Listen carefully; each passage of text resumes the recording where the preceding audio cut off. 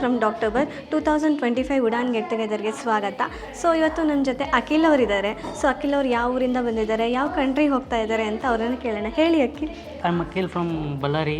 Okay I'm approached Dr. Bhatt Consultants from Syed Ali sir and also Pooja ma'am.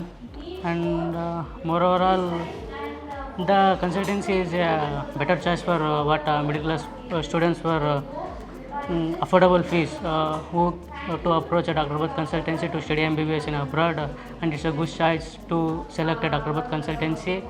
And we are to see, don't hesitate as students who are afraid to how we approach counselors and the founders, how they react with us. We don't have any hesitation, they are good friendly with us. And I think counselors also are so friendly. We have doubts, if a student have any doubt, within a moment they clear. If you called counselors, they all clear the doubts. You don't have any problem to with counselors and the founders.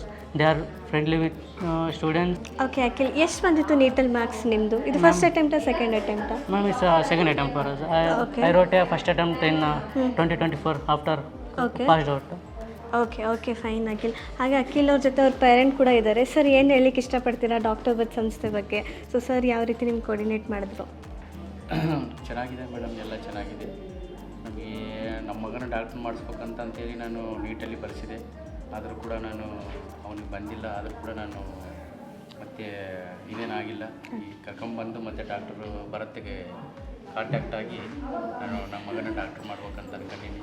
ನಮಗೆಲ್ಲ ಪೂಜಾ madam ಎಲ್ಲ help ಮಾಡಿದರು, ಮತ್ತು sir ಅವರು ಕೂಡ ಎಲ್ಲ help ಮಾಡಿದರು. ನಮ್ಮ ಮಗ ಓದ್ಕೊಂಡು ಡಾಕ್ಟ್ರ್ ಆದರೆ ಮತ್ತು ನಾನು ಸ್ವಲ್ಪ ಪ್ರೌಡ್ ಆಗ್ತೀನಿ.